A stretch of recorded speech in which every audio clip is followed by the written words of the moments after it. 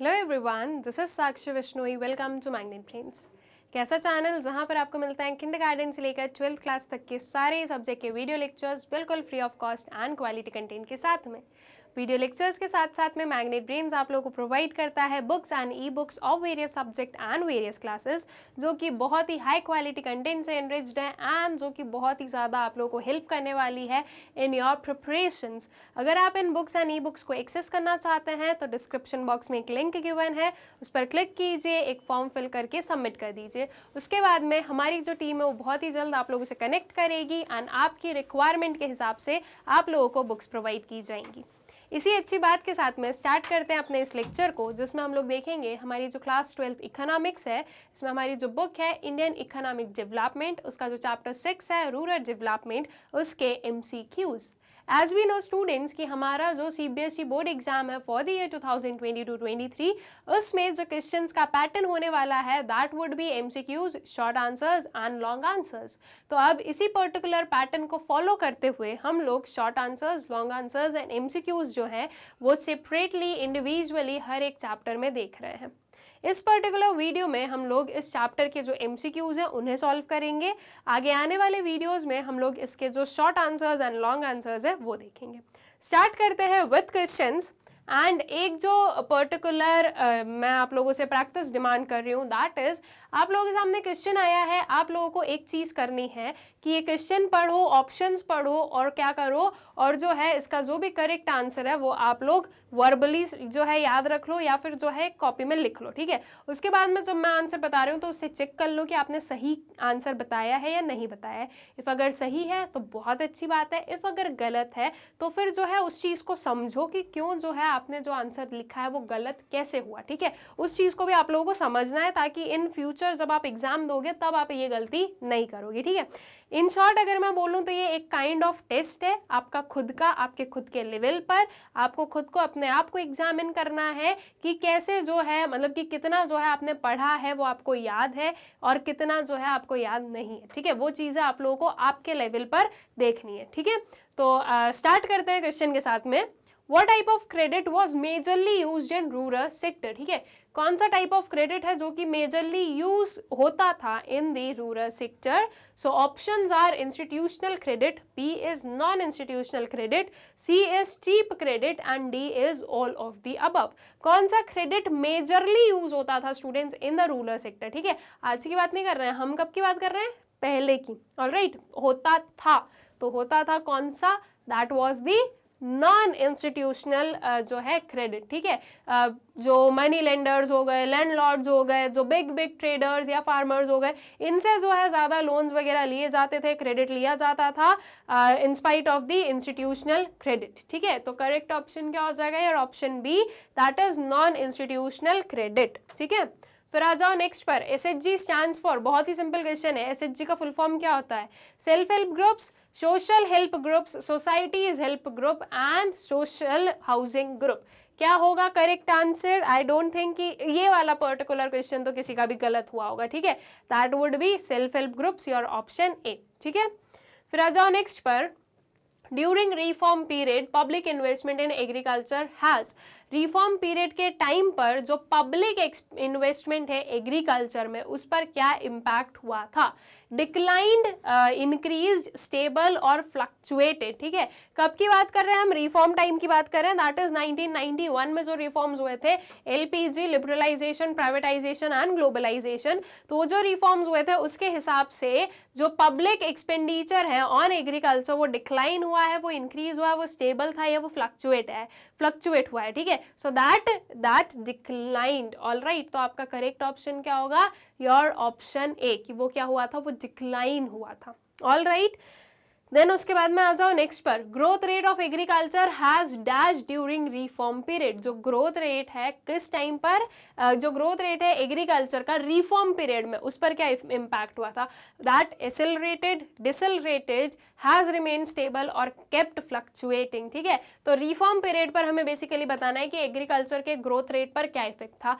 तो क्या होगा students? That would be your option A, sorry B, that is decelerated, ठीक है, डिसेलरेट हुआ था, ऑलराइट। तो जो ग्रोथ रेट है एग्रीकल्चर का क्यों हुआ ये मेनली अगर हम लोग बात करें तो क्यों हुआ, क्योंकि जो पब्लिक इन्वेस्टमेंट है वो आपने कम कर दिया। हमारे फार्मर्स तो वैसे ही पुअर थे, उनके पास में तो इतना मनी नहीं था कि वो अपने जेब से जो है इन्वेस्टमेंट करे, तो अल्टीमेटली उसका इफेक्ट तो दिखना ही है। तो ग्रोथ रेट हमने कैसे देखा, डिक्लाइन होता हुआ देखा, ठीक है।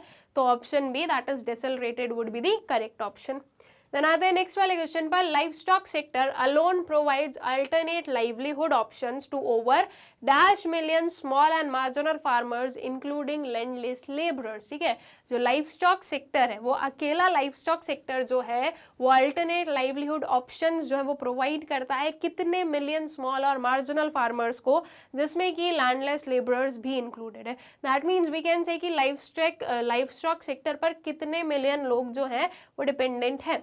Options are 50 million, 60 million, 70 million और 80 मिलियन। फैक्चुअल डेटा है, समझने वाला कुछ है नहीं। करेक्ट ऑप्शन वुड बी और option C that is 70 million. All right, आ जाओ नेक्स्ट पर। Operation flood is associated with, जो ऑपरेशन फ्लड था वो किससे एसोसिएटेड था, ठीक है, किस चीज के प्रोडक्शन से एसोसिएटेड था। Options are production of fish, production of eggs, production of wheat और प्रोडक्शन ऑफ मिल्क। बहुत ही सिंपल इसका आंसर रहेगा, that would be your option D, that is production of milk, ठीक है। स्टूडेंट्स, मैं यहाँ पर आप लोगों को जो है ज़्यादा एक्सप्लेन नहीं कर रही हूँ, रीज़न बीइंग कि अगर मैं एक्सप्लेन करने पर आ गई तो हमारा वीडियो बहुत ज़्यादा लेंदी हो जाएगा, जो कि ना आप चाह रहे हैं ना मैं चाह रही हूँ। जो सारी चीज़ें हैं वो मैं आप लोगों को टॉपिक वाइज जो है बहुत डिटेल में समझा चुकी हूँ। सारे वीडियो लेक्चर्स जो है वो चैनल पर अवेलेबल है, आप लोग आराम से देख सकते हैं। जो वेरियस हमारे वीडियोज़ हैं वो जिस भी पर्टिकुलर टॉपिक में दिक्कत है उस पर्टिकुलर वीडियो का उस पर्टिकुलर टॉपिक का जो वीडियो है वो देख लीजिए और अपना जो भी कंसेप्ट है वो क्लियर आउट आप लोग कर सकते हैं इजीली, ठीक है। सो operation flood was associated with जो है आपका प्रोडक्शन ऑफ मिल्क, ठीक है। मिल्क के प्रोडक्शन से ऑपरेशन फ्लड से रिलेटेड एक और टर्म क्या आता है, that is the white revolution, ठीक है। Then total fish production accounts for dash percentage of GDP, जो टोटल फिश प्रोडक्शन है वो जीडीपी के कितने परसेंटेज में जो है वो अकाउंट करता है। ऑप्शंस आर 2, 3.2, 2.4 और 1.4। करेक्ट ऑप्शन क्या होगा आपका, दैट वुड बी और ऑप्शन डी 1.4%, ठीक है। देन आ जाओ नेक्स्ट वाले क्वेश्चन पर, name the state which proved to be a leader in milk cooperatives. कौन सा स्टेट है जो कि मिल्क कॉपरेटिव्स में जो है लीडर प्रूव हुआ है, जहां से व्हाइट रेवोल्यूशन या जहां पर हम लोग ऑपरेशन फ्लड को मेजरली देखते हैं, वो कौन सा स्टेट है। केरला, तमिलनाडु, असम एंड गुजरात। बहुत ही easy answer, that would be your option D, Gujarat, ठीक है। देन चलते हैं नेक्स्ट वाले क्वेश्चन पर, Which of the following is not a key issue in rural development? इनमें से क्या है जो कि रूरल डेवलपमेंट का एक की इशू नहीं है। Rural credit, rural marketing, human capital formation and tourism.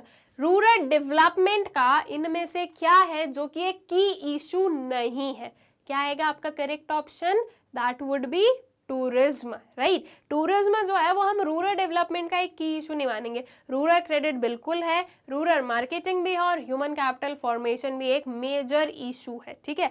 But tourism जो है वो काफी साइड लाइन पर आ गया है अभी, मतलब कि अभी इन द सेंस कि वो रूरल डेवलपमेंट पर जो है टूरिज्म का कोई असर नहीं है। ऑल राइट, तो बाकी के जो तीन है they are the key issues of rural development and tourism is not the key issue. Key issue मतलब कि क्या, जो मेन इशू है, जो जड़ है इशू की, ठीक है, तो वो चीज टूरिज्म नहीं है। तो करेक्ट ऑप्शन क्या होगा, और option D, that is tourism. Next पर आते हैं, golden revolution is concerned with. Golden revolution किससे कंसर्न्ड है, कौन से पर्टिकुलर जो है वी वुड से किस चीज के प्रोडक्शन से कंसर्न्ड है। So that is farm production, poultry farming, horticulture और फिश प्रोडक्शन, ठीक है। तो golden revolution is associated with your option C, that is horticulture, ठीक है। देन आ जाओ नेक्स्ट पर, What percentage of India's population is dependent on agriculture for their livelihood, ठीक है। तो कितनी पॉपुलेशन जो है, अगर हम आज की बात नहीं करें, ये हम रूरल डेवलपमेंट में हमने सारी चीज़ें जो है मोस्टली पुरानी पढ़ी है, अभी भी मेजॉरिटी जो है वो एग्रीकल्चर सेक्टर पर ही डिपेंडेंट है। लेकिन अगर हम इसमें अगर आंसर करेंगे तो हमें क्या बताना है, वही जो एक मेजॉरिटी वाला टर्म है उसी को हमें क्या करना है, यहाँ से लेना रहेगा। तो कितनी परसेंटेज ऑफ पॉपुलेशन है जो कि एग्रीकल्चर पर डिपेंडेंट है for their livelihood. Options are 1/4, 1/2, 1/3 और 2/3। मेजॉरिटी किस में आएगी, मेजॉरिटी वुड बी इन 2/3, ठीक है। 3 के 2 हिस्से जो हैं वो किस में है, वो आपके एग्रीकल्चर में।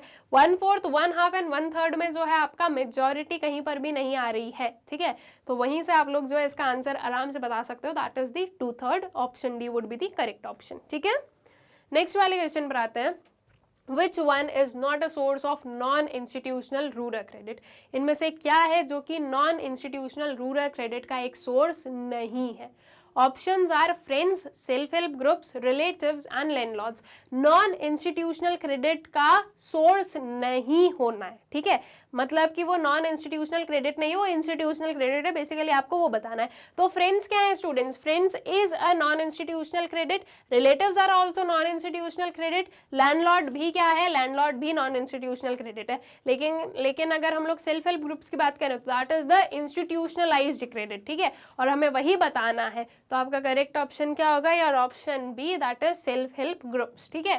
फिर आ जाओ नेक्स्ट पर, Which one is not a government measure to improve agriculture marketing? इनमें से क्या है जो कि गवर्नमेंट का मेजर नहीं है एग्रीकल्चर मार्केटिंग को इंप्रूव करने का? गवर्नमेंट का मेजर कौन सा नहीं है वो हमें बताना है। Options are regulation of markets, B है आपका cooperative marketing, C is development of physical infrastructure and D is none of the above, ठीक है। अगर हम लोग देखें स्टूडेंट्स ये तीनों ही, तो ये तीनों ही क्या है, these 3 are the measures of जो आपका एग्रीकल्चर मार्केटिंग है, ठीक है।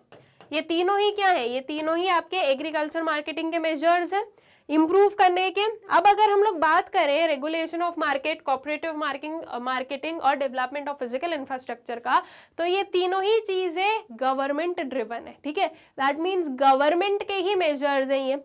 तो इट मीन्स कि ये तीनों जो है ये आपका करेक्ट ऑप्शन नहीं होगा। क्या होगा आपका करेक्ट ऑप्शन, और option D, that is none of the above, ठीक है। फिर आ जाओ नेक्स्ट वाले क्वेश्चन पर, Which of the following is or are the key challenges in rural development? इनमें से क्या है जो कि की चैलेंजेस है रूरल डेवलपमेंट के? Options are honest implementation of land reforms, B है आपका development of productive activities, C is improving agricultural marketing and D is all of the above.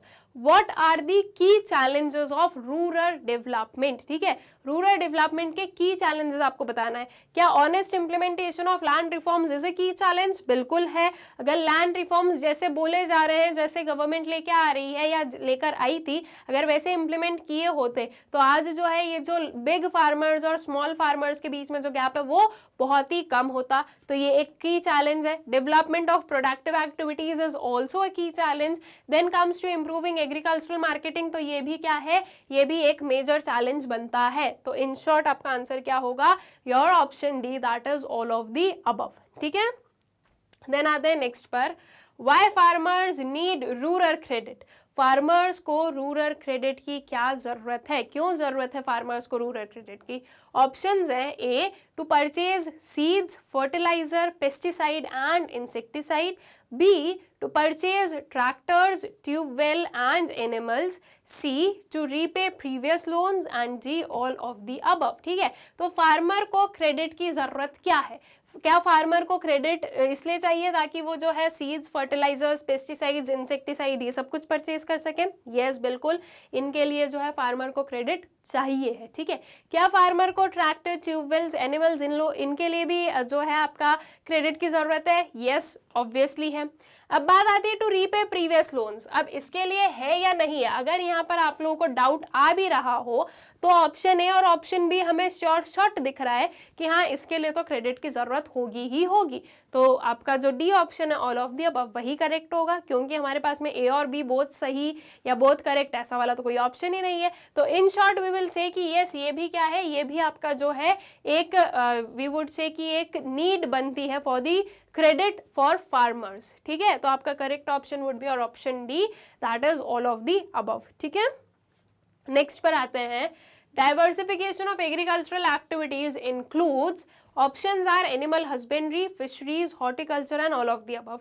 जो डाइवर्सिफिकेशन है एग्रीकल्चरल एक्टिविटीज का वो क्या include करता है? डाइवर्सिफिकेशन जो है एग्रीकल्चरल एक्टिविटीज का, क्या उसमें एनिमल हस्बेंड्री आएगी? बिल्कुल आएगी।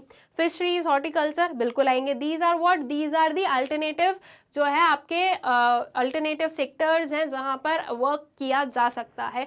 तो आपका इन शॉर्ट करेक्ट ऑप्शन क्या आएगा? Your option D, that is all of the above. ठीक है, that is diversification of agricultural activities includes animal husbandry, fisheries, horticulture and all of the above. तो correct option would be your option D, all of the above. ठीक है, then आ जाओ next वाले question पर। Which of the following is a non-institutional source of rural credit? इनमें से क्या है जो कि non-institutional source है rural credit का? Options are cooperative societies, B is commercial banks, C है आपका money lenders and D is regional rural banks. ठीक है, तो जो है आपके non institutional sources of rural credit का इनमें से कौन सा सोर्स है?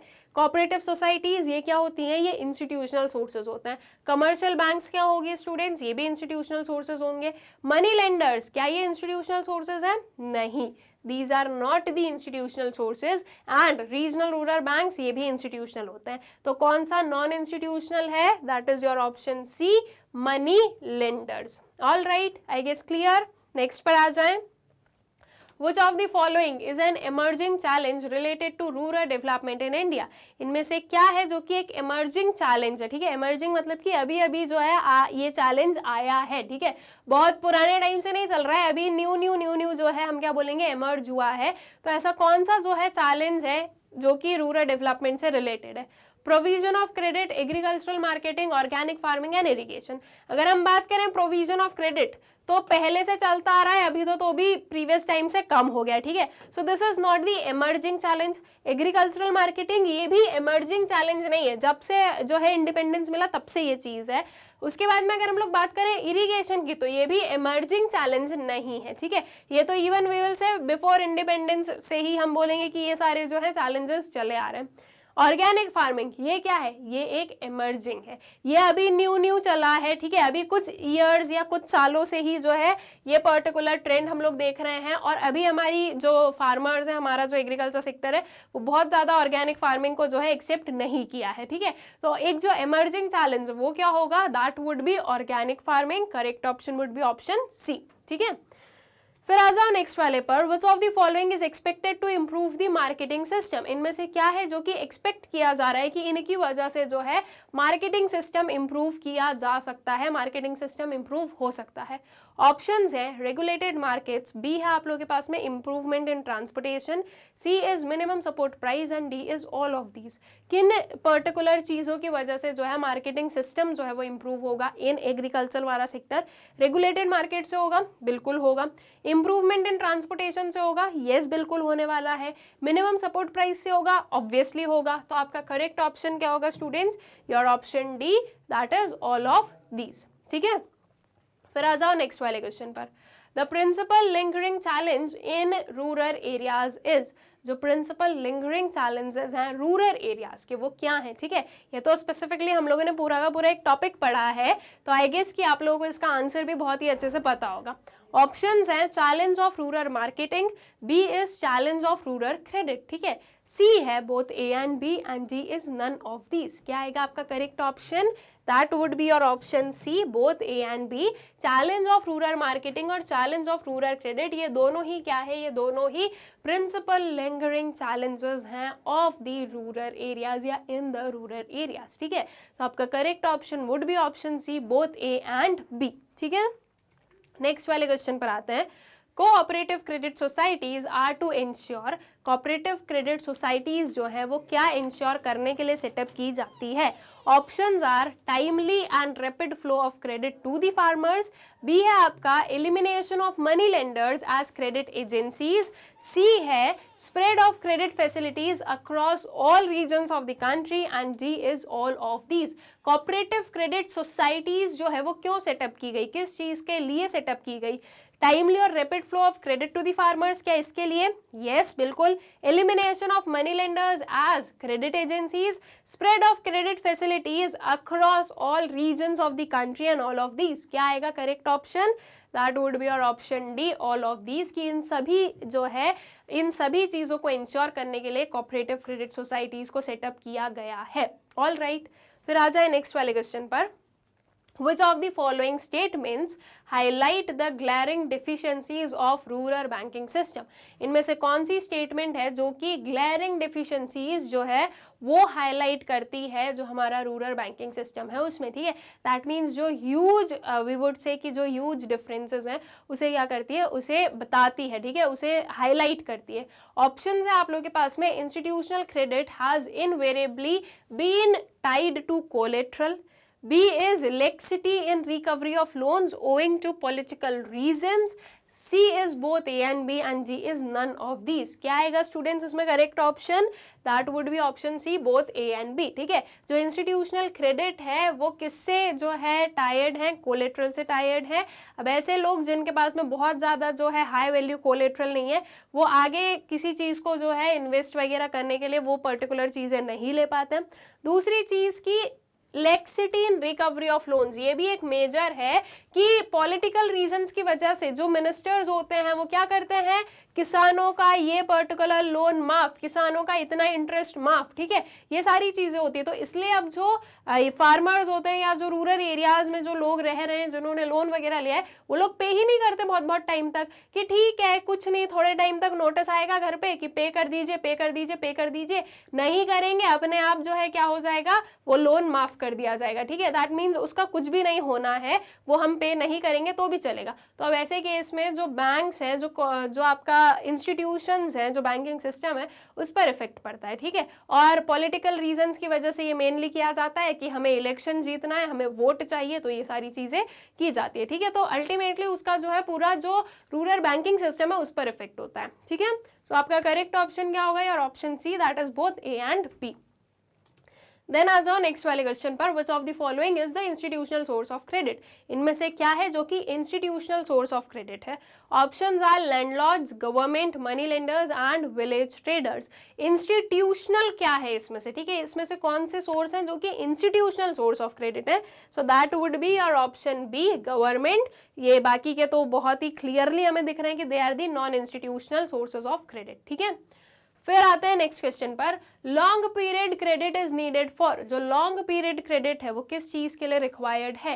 कंस्ट्रक्शन ऑफ फेंसेस के लिए, परचेज ऑफ एडिशनल लैंड के लिए, purchase of seeds and manure के लिए, एंड परचेज ऑफ मशीनरी के लिए। अगर हम बात करें कंस्ट्रक्शन ऑफ फेंस और purchase of seeds and manure, तो ये तो इसमें बहुत ज़्यादा अमाउंट की ज़रूरत नहीं होती है, प्लस ये बहुत ज़्यादा जो है हमारे एक बहुत ज़्यादा लंबे टाइम के जो है क्या नहीं होते, क्रेडिट नहीं होते। These are short term credit, ठीक है, आपका ए और सी। अगर हम डी की बात करें, परचेज ऑफ मशीनरी, तो मशीनरी को भी हमने किस सेक्शन में रखा है स्टूडेंट्स? मशीनरी को हमने रखा है मीडियम टर्म क्रेडिट में, right. Purchase of additional land, land किस में आता है? लैंड आता है आपके लॉन्ग टर्म क्रेडिट में, डिपेंडिंग ऑन दी प्राइस, ठीक है, जो आपका अमाउंट एसोसिएटेड है उसके बेसिस पर हमने शॉर्ट टर्म, लॉन्ग टर्म और मीडियम टर्म पे डिवाइड किया। तो आपका जो परचेज ऑफ एडिशनल लैंड है that is the part of long period credit, ठीक है। तो आपका करेक्ट ऑप्शन क्या होगा, और option B would be the correct option.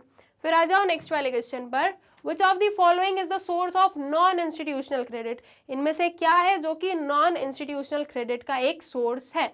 Options are landlords, village traders, money lenders and all of these. Non institutional source of credit सारे ही हैं, तो आपका करेक्ट ऑप्शन क्या आ जाएगा, our option D, that is all of these, ठीक है। फिर नेक्स्ट पर आते हैं, institutional sources of rural credit include. जो institutional sources of rural credit है उसमें क्या इंक्लूड होगा? Cooperative societies, commercial banks, regional rural banks and all of these, ठीक है। So institutional sources of rural credit की अगर हम लोग बात करें तो ये सारे ही क्या है, ये सारे ही इंस्टीट्यूशनल सोर्सेज हैं। तो करेक्ट ऑप्शन वुड बी और option D, that is all of these, ठीक है। देन नेक्स्ट क्वेश्चन पर आते हैं, dash is the apex body which coordinates the functioning of different financial institutions working for expansion of rural credit. Apex body कौन सी है जो कि ये वेरियस जो है फाइनेंशियल इंस्टीट्यूशंस को जो क्या करती है, रेगुलेट करती है, उनमें कोऑर्डिनेट करती है रूरल क्रेडिट के लिए जो वर्क कर रहे हैं?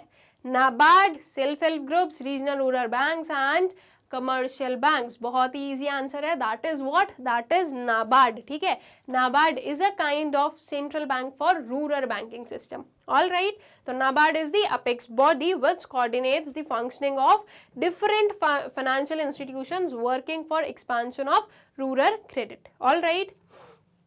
नेक्स्ट वाले क्वेश्चन पर आते हैं। Government establish the institutional sources of finance to provide adequate credit to farmers at cheaper interest rate, B, to assist small farmers in raising agricultural productivity and maximizing their income, C, both A and B, D, none of these। जो government है उन्होंने institutional sources of finance को establish किया ताकि जो है एक adequate credit जो है वो प्रोवाइड किया जा सके to the farmers at cheaper interest rate.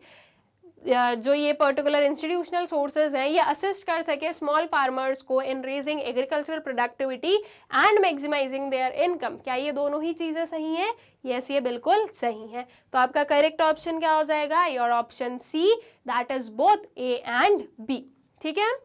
फिर आ जाओ नेक्स्ट पर। Which one of the following is not a non-institutional source of credit? इनमें से क्या है जो कि non-institutional source of credit नहीं है?